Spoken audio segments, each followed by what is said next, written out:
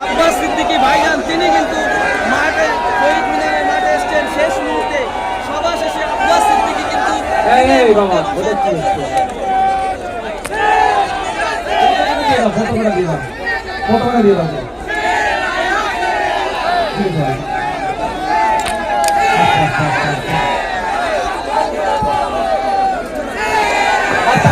আমি দিয়ে দিচ্ছি না, তুমি ছাড়ো ভাই।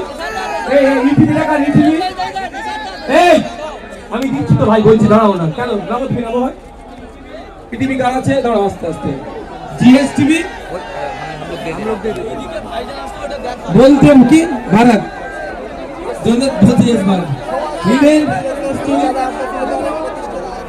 প্রতিবাদী রাইট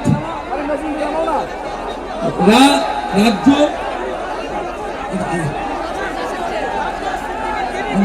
কোনো চ্যানেলকে জিটিএন নিউজ বাংলা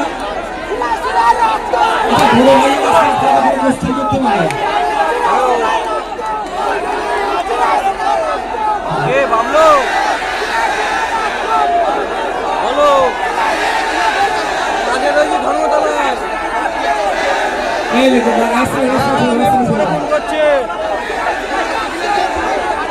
বাইরে মাইক থেকে চলিয়ে দেয়।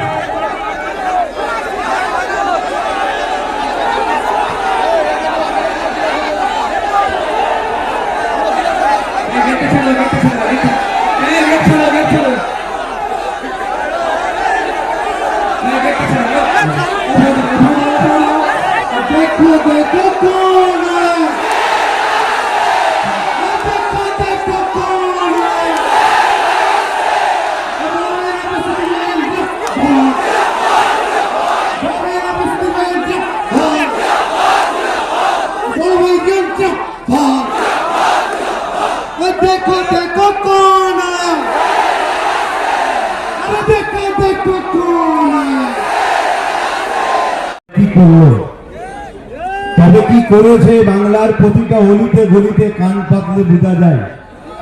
এই বাংলায় বর্তমান বিরোধী শক্তি যদি কেউ থাকে আজকের দিন পর্যন্ত, সেটা হলো আইএসএফ।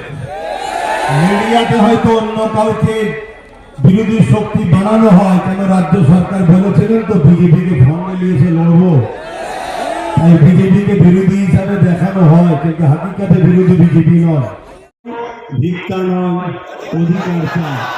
আমরা ভারতীয় কোন সংবিধান ছাড়া কোন দাদা দিদির কথা মানি না। সংবিধানের কথা যে দাদা দিদি বলবে সেই দাদা দিদিকে মাথায় নিয়ে ঘুরবো, আর যে দাদা দিদি সংবিধানকে তাকে রেখে নিজেদের কথা শোনাতে চাইবে সেই দাদা দিদিকে সংবিধানের ডায়েরিতে এনে জেলের কারাগারে আমরা যুব সমাজই ধরব।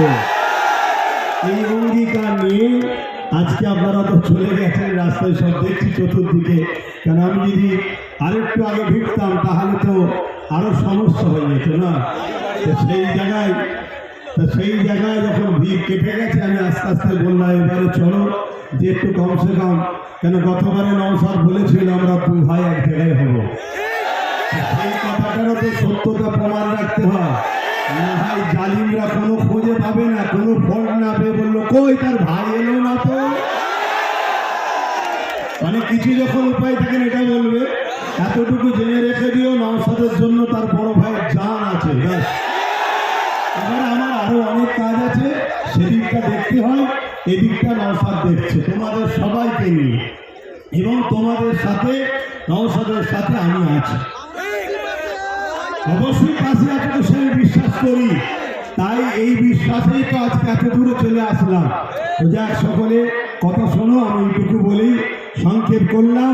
আমার শেষ আবার একটা কথা, আমরা ভারতীয় সাদা চামড়া ব্রিটিশকে তাড়িয়েছি, এই ব্রিটিশদের দালাল কালো চামড়াগুলোকেও আমাদের তাড়াতে হবে, এটা আমাদের করতে হবে। বাস, কথা শেষ করছি। সুস্থ থাকেন, ভালো থাকেন। ভারতবর্ষ জিন্দাবাদ, ভারতবর্ষের সংবিধান জিন্দাবাদ।